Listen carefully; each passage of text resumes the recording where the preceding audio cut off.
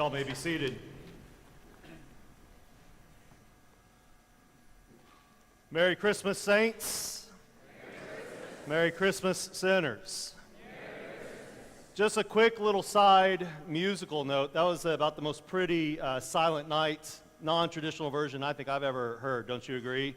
That was something pretty special. And the Bing homepage let me know today that today is the 200th anniversary of Silent Night being created. And Ann, you and I had no idea that that was something happening when we selected this piece of music. And y'all did something really phenomenal with that tonight. Just for your listening pleasure on the way home, you can stream on Spotify or Alexa. But I didn't know this. Bob Dylan apparently has a Christmas album out. Have you? It's called Christmas in the Heart, and it's a glorious wreck. It is. I mean, it is Bob Dylan singing Christmas songs. It's painfully great. I don't know. You just can't stop listening to it. So, and I love Bob Dylan. I just enjoy him. I mean, he won a Nobel Prize, right? So stream Hark the Herald Angels Sings. I'm not joking at all. This is great. Hark the Herald Angels Sings by Bob Dylan on your way home, and you will thank me all the way there. All right. Christmas, this night that we have been waiting for so long, Christmas is God's answer to the question, what is the best way for me to show this world that I am with them? What is the best way that I can show this world that I am with them? I imagine God saying many, many, many years ago, I see how confused and lost people are. I see how they struggle. I see how much pain they're in and how they turn on one another in their pain. What is the best way for me to show them that I am with them and that there is a better way to live in this world? God has, through the years, tried many different ways with varying success to show us that God is with us. Centuries ago, God saw the pain of the Hebrew slaves and rescued them out of slavery in ancient Egypt. God led them with smoke and fire until they got to the promised land. But when they got there, they quickly saw how abundant the land was, and they forgot God's rescue efforts and turned to other gods. God sent the Torah, or the Holy Scriptures, and later the prophets to guide people on how to live. God said that his presence would be planted in between those powerful words. But people didn't read them as often as they should have, and they didn't follow them as closely as they needed to. God said I could show up in sunrises and sunsets. I could show up in nature with colorful birds and landscapes. But God knows that nature is not the most reliable in showing people that God is with us, because sometimes nature is not so nice to us, like when it storms and floods and dries up the earth to dust. I can imagine God wondering, how can I best show people that I am with them? And then God says, I know. I'll come to them as a baby. I'll come to them as a baby. You may be asking yourself, how in the world would showing up as a baby help? If showing up in fire and smoke and beating back Pharaoh's army wasn't enough, and showing up in thousands of words and stories didn't quite work, and showing up in the power of nature isn't enough to convince people that God is close to us, how in the world could being born as a dependent, vulnerable baby accomplish that mission? Last year about this time, Susan and I were a day away from receiving Sophie into our family. The nursery was painted and it was stocked with plenty of diapers and clothes given to us so generously by many of you. The boys were excited to receive their new sister, and Susan and I were anxious to see what this little bundle of joy would add to our family. Even though we had 2 boys already, there was a lot for us to relearn with the addition of a baby to our family, especially a baby girl. We had to relearn how to feed her and console her. We had to relearn how to swaddle and install car seats. I frankly had no idea how many accessories girls come with. I had no clue. There's leggings for every occasion. There's socks with a frilly lace on them, and there's the explosion of bows that have taken over my room. I have a little corner where I get to sleep in and put some of my clothes, but the rest belongs to her. The biggest thing that we had to relearn with the addition of Sophie is just how much a baby goes with you. When you wake up, she's there. When you try to sleep, she's there. When you leave the house, she has to go too. You can't let her stay behind like a pet. That's not right. She goes with you.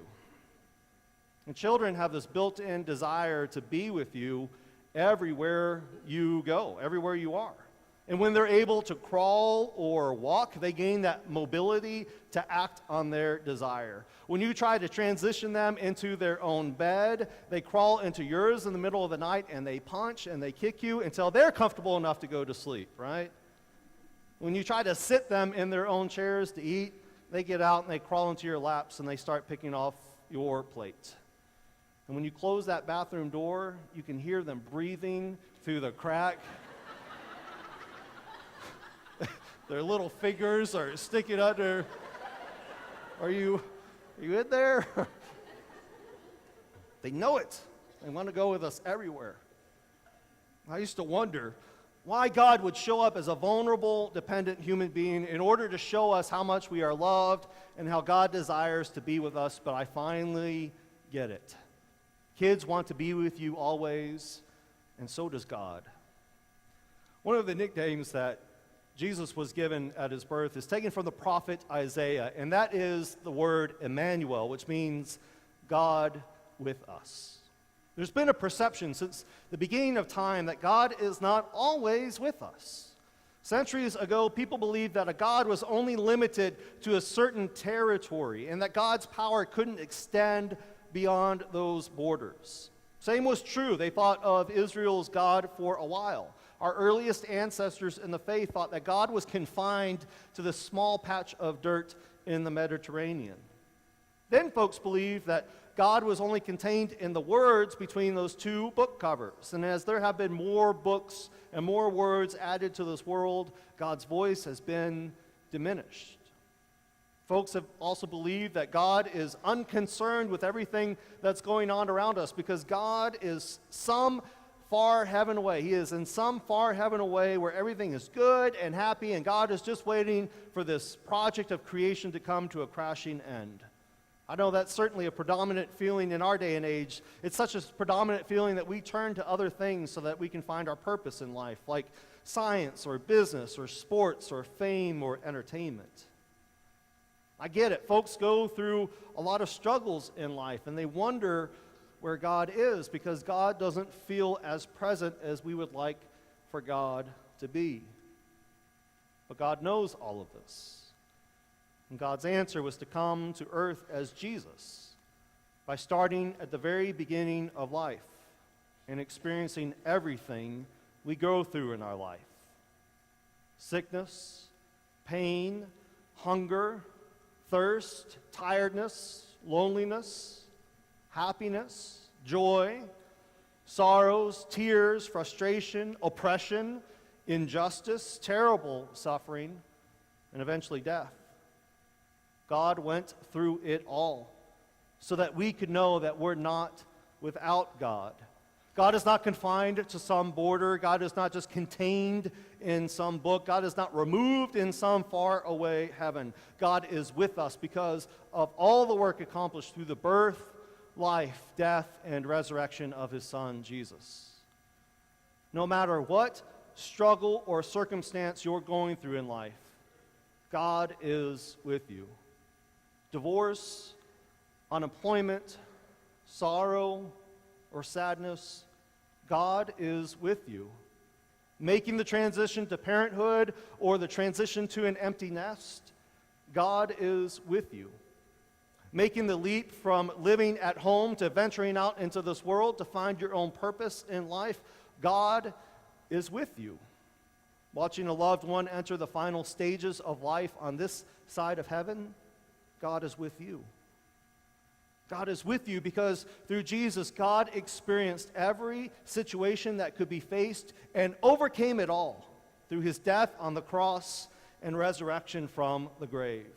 God is not just with you as some passive observer, totally helpless to do anything about your situation. God shows up with a power unlike everything we've ever known, so that we can experience a joy unlike anything that we have ever experienced. If you're struggling with a situation in your life and you're wondering if you're all alone, I want you to hear this great news. The Savior has been born, who is God with us. And he has come for you. He came to give you love. Love like you've never known, so that you can live like never before. And this power of Christmas is available to all who trust in Jesus and the grace that he offers to each of us. But Christmas is not just an answer to a question God has had for our world about how best to show up with us. It's also a question posed to us. I can imagine God asking us this question tonight. If I care about you so much to show up to be with you in every aspect of your life, then what do you think you should do in the lives of others around you? What should you do in the lives of others around you? And the simple answer is to be like Jesus, to be with people, to be with those who are hurting, with those who are lost, with those who are oppressed and those in danger, with those who are suffering injustice, with those who are fleeing evil and harm, with those who are hungry and thirsty, with those who are scared, with those who are lonely, with those who are sad and depressed, with those who are confused about their purpose in life, with those who are sick and injured. Be with people. The best way to be with others is just simply to be with them as God is with us. Not to run away from them, or deny their pain, or explain away their situations, but to see them and to be with them. And to be with them in such a way that you can see them through to the other side as God does with us. The church, the community of faith, of those who trust our lives and our deaths with Jesus. The church is nothing more than a realized dream of God to have an entire people on this planet so dedicated to being with one another, just as the way that God is with us. That this people on this planet wouldn't be separated by gender or age or race or nationality or political affiliation. It would be a people energized by God's grace to be with others, just as God is with us. The simple answer to God's big question posed to us about how we can best be with others in life is to be with people as Jesus is with us. There have been some nights in the past year where Susan and I were at a loss for how to console Sophie. She would cry, and we would run through the checklist of things needed for her. Is she fed? Yes. Has she been burped? Yes. Change of diapers? Yes. What else would she need? There was nothing else. But just to be there as she cried and tried to figure out life in this brave new world, to reassure her that we weren't going anywhere, and that we were here for her, that we would never leave her. And this is God's great big idea for Christmas. That God is with you. And God will see you through to the other side, no matter the cost. Merry Christmas, church. God is with you. Amen.